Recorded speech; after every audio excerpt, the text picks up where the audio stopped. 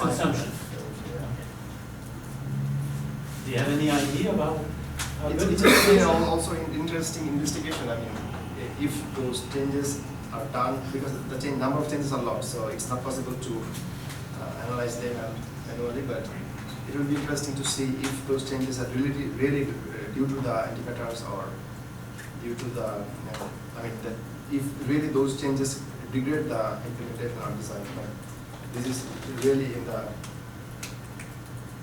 assumption level and it's high level. It's difficult to.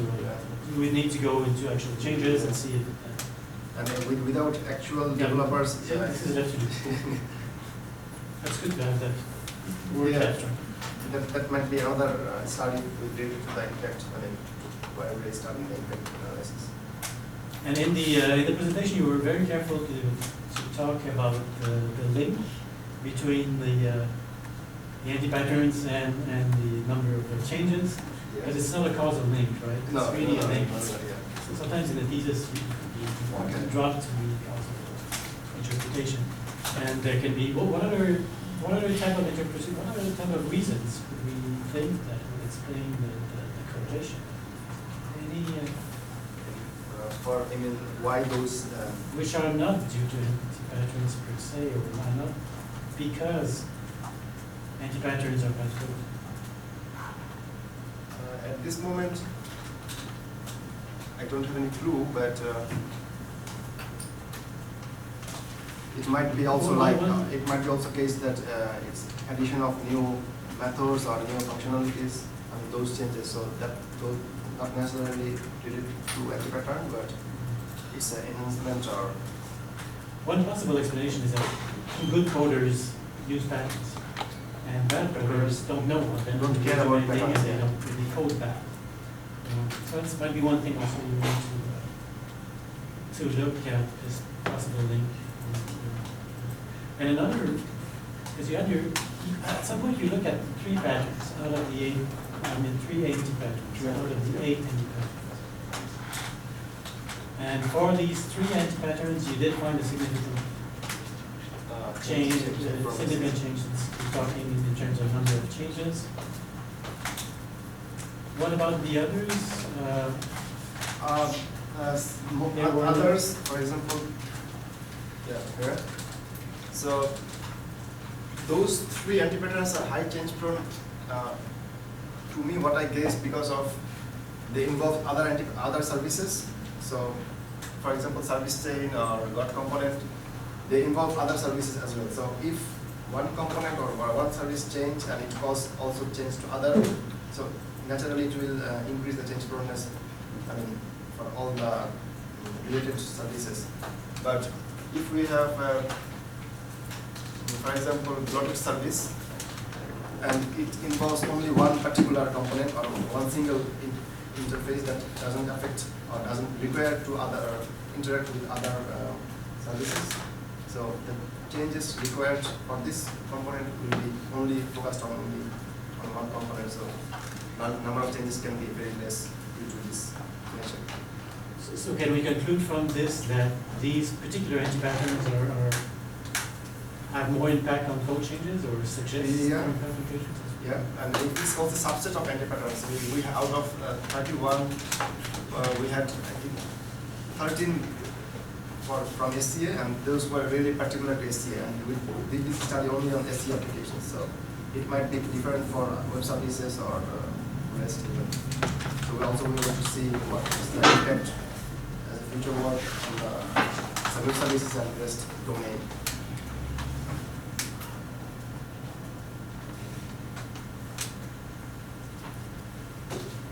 Okay, I think I'll stop here for now. Okay. Well, supervisors? So first I would like to thank you. It was a great pleasure to have you as my first PhD student. Regarding questions, I would like just to, in this thesis, we try to provide a common and generic approach that encompass different technologies. So, and I'm not asking the question, but I'm just going to come back to one of the questions of Eleni regarding to meta abstraction and the unified meta model.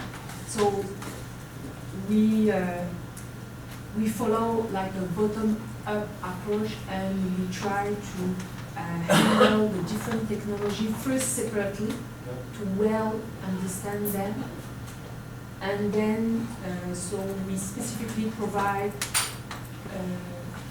an approach for each of the technology and try to identify the commonalities through these meta abstractions. And for sure, our first impression was that the different technologies have commonalities, but in fact, we did not really Find that much commonalities, yeah. yeah, but for sure this meta-abstraction and this unified abstraction was guided by our first impression, but just helped us in understanding the different technology, but in fact did not allow us to provide this common DSL, because the technologies are really specific and different. Yeah, the way they are implemented with concepts and the notion.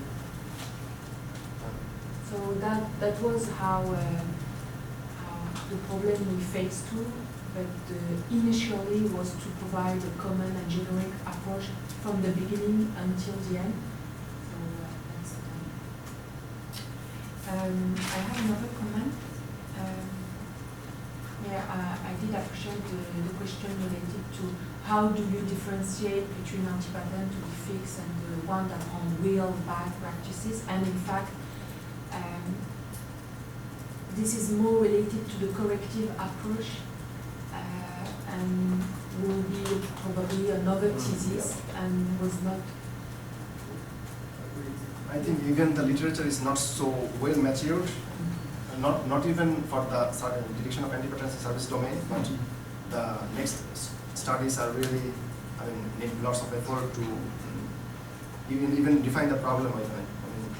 Those problems are even not well defined. Yeah, it will be a completely different thesis that may take also 4 over years to handle. I have actually one question. Why did you choose to specify the anti-patent using a DSL? And you said previously that you did not tune your rules. So what was the point of the DSL if you did not change the rules? In tuning the rules, maybe what I answered your questions half. So maybe I can come back to his question and then maybe I can come back to you. So we didn't tune the rule cards after during the validation, but we tuned it when we are defining it. So for example, we have a group of people, group of expertise who are defining the rule cards, and we come to a conclusion that all agreed that okay, this is the not underdefined or not overdefined state of antipatterns that can be applied now to detect them. So it's not cross validation, but it's kind of coming to agreement with a group of people. So we specified in that way. So we fine-tune in the pre-stage of our detection, but not during the our detection or after our detection. So maybe coming back to your question. So the DSL was our choice of representation of the anti-patterns using a language is because it's context-free first of all. So you can fit any technology based on their domain concepts and entities. And second of all, if you define the anti-pattern based on the DSL, and based on your system you found that that rule card you defined is not well detected or not well working, you can adapt based on those values or constructs that you provided in the DSL. So it's flexible, it's adaptable, as well as it's context free. So, and it's also better than ad hoc detection algorithm. So it provides automation. That's the main benefit of the DSL. So that was the point, to have the DSL, a high level language But And also it's regardless of the ambiguity. So, I mean, a textual description of anti-patterns can have different perception for 5 different people, but with a rule card or with a language that is beyond the ambiguity, there will be only one interpretation of the anti-pattern. So, and my last question was, so in the process of the generation, so the input you have, so it's your raw cards, Yeah. because I think it was not necessarily clear exactly the input, and I do understand the, Yeah, this is basically not the input, but it was our meta model that we started with, or validated the rule curves. But yeah, the real inputs was the rule, where what is written by the engineers and developers. Yeah. and so you visit the rules, you pass them, Yeah. you have instances of these rules, and then based on the different metrics and the different The corresponding values. Yeah. We replace those metrics and values. in the template and generate the code. And all the point of the generation is to have this automatic process that enable you from the high-level language to generate the Yeah, automatic very code concrete. Yeah, detection algorithm. Yeah. and not implement directly. Not manually implement. Yeah. Okay. And Thank you. thank you. And do you have something to? Well, no, I mean, I was very happy to work with you. Okay, I was also happy to work with you both. I was happy to sign all your paperwork. But maybe I have a very general question. We talk enough about your thesis, so now let's take a step back. And I was wondering if, based on all your experience that you have now, with the rest, SOAP and SCA, could you actually, do you think you could actually now come up, I mean, let's say your first PhD student, could actually work on finding a new technology that could be actually better than everything that exists? Okay. You think you could do it? Then I should myself, I mean, I should be a new fielding Roy. So, so until and unless I think there is no alternative than HTTP or HTTP based interaction. Yeah, there should be first new medium of communication. So until and unless there is no better medium of communication than HTTP-based protocols and other things, you cannot cross the limit of the technology itself. There should be first something to. So we are really stuck with all the technology. Currently, yes. Thank you. But for example, before there was SOAP, so many companies were using SOAP, but there was better technology after inventing REST, so they are not relying on RPC things. So they are really using the real web. So I think that is the limit currently we are in now, but if there's some technologies in the future, I think there is some developed by IBM, I think. I mean, it's better even than HTTP. But I don't remember the name. As you say, they don't use HTTP anymore. Yeah. They go beyond the protocol. Okay. Thank you. Okay, well, I have no particular questions, but maybe a marginal one concerning the definition of service-based systems. Yeah. Okay, you started from a very standard definition and a very generic one. The generic one. Okay, and you define a new one. A new one. And you say that it's a generalization of the old one. Yeah. Would you explain a little? Because for me, I'm a little bit confused because the first one was quite abstract, so quite general. In which way do you generalize this? From my point of view, you specialize this. As far as I remember, I think we defined it in one of our journals, but the first definition, the original definition, What the original one? Yeah, it first. didn't incorporate the technologies and the notion of technologies and the services that are developed using those technologies.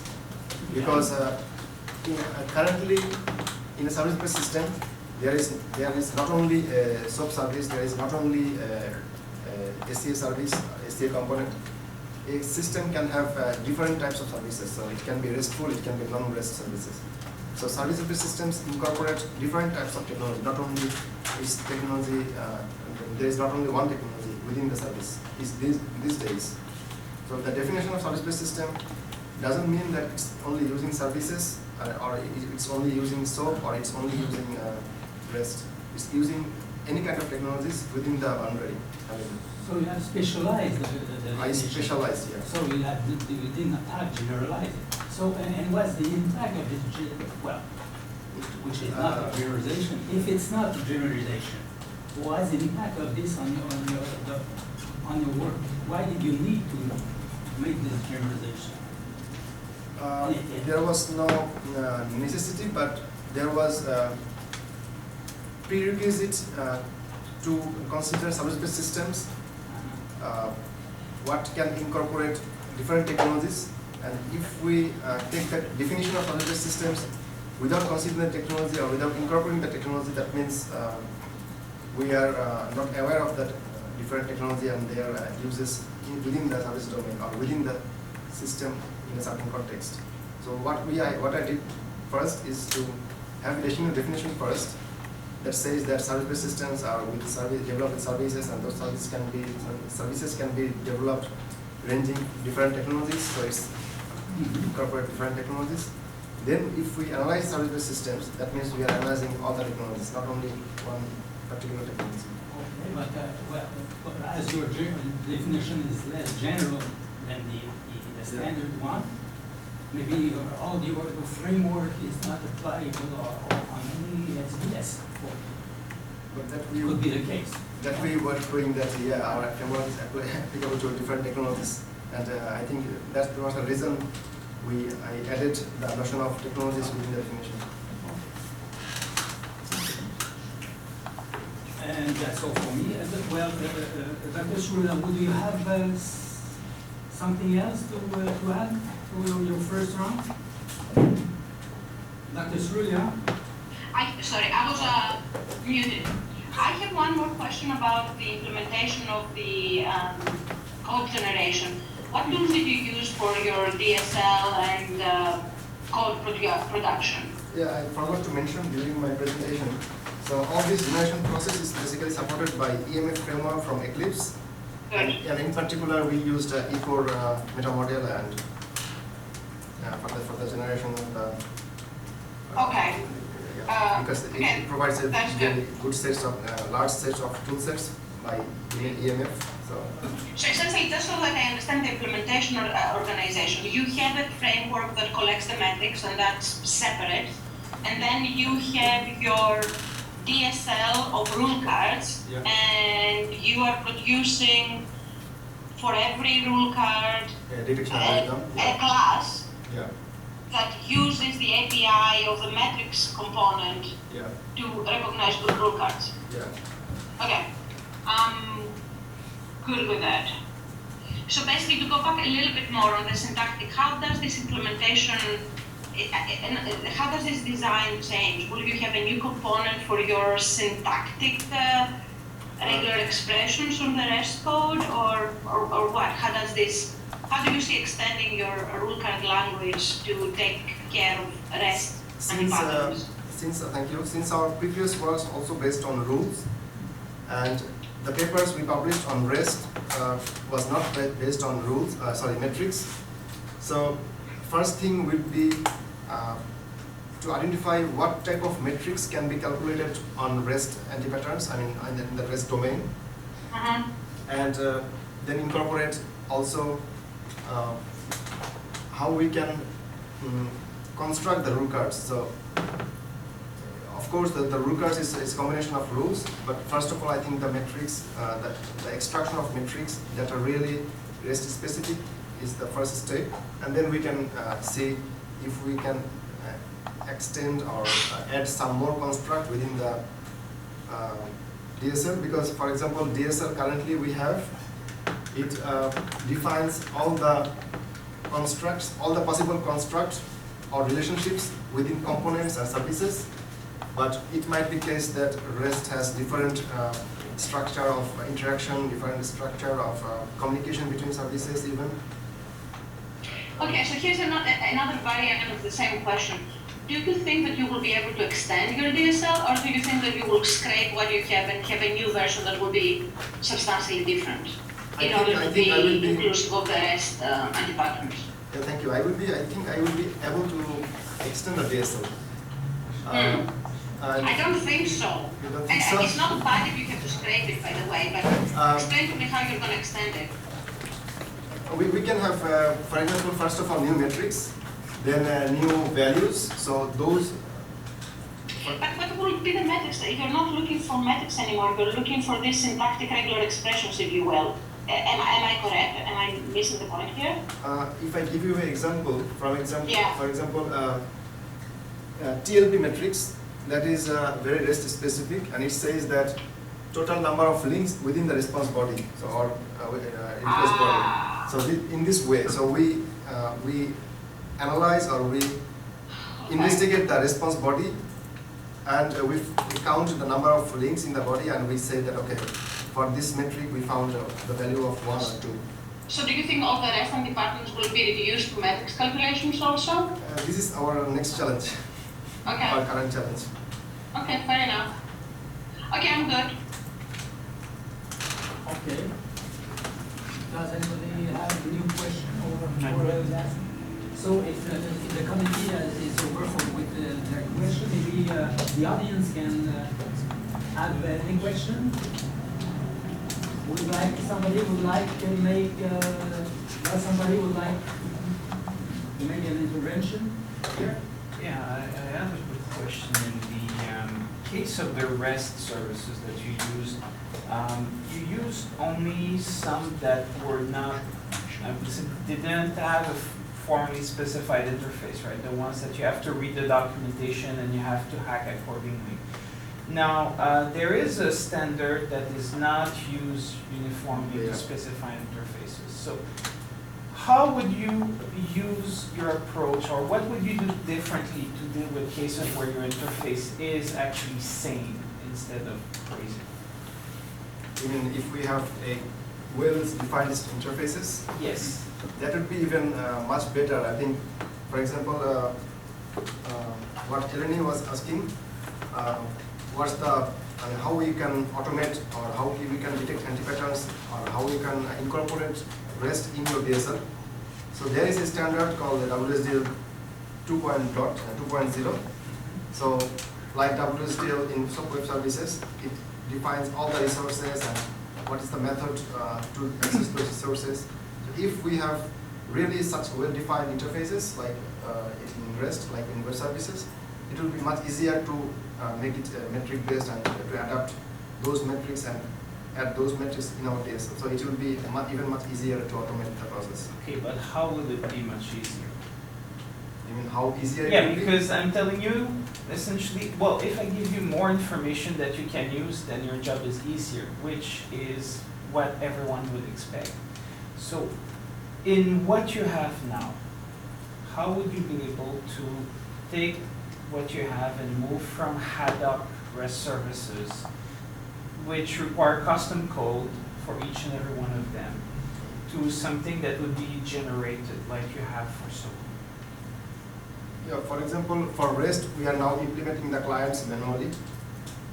So from the specification of WSDL 2.0, you can automate the process of generation clients that are invoking some resources or doing invoking some methods. Okay. So I don't see any complexity if they have really, that's one of the major challenges that we faced. I mean, there was no standardized specification for REST. If we really had this, I mean, we didn't have to do all this work manually, and it would make us life more easier. Okay. So then my next question is, knowing what you know now, would you instead have created those interfaces from the specification and then let the code generator do the hard work? Or would you still do what you've done with the manual code? No, I will do that with the next one, the later one, the first one. Because manual code is really, it's really hard to write and to validate and validate results and empirically both. And afterwards and also before to make sure that what I am detecting is good enough or fair enough.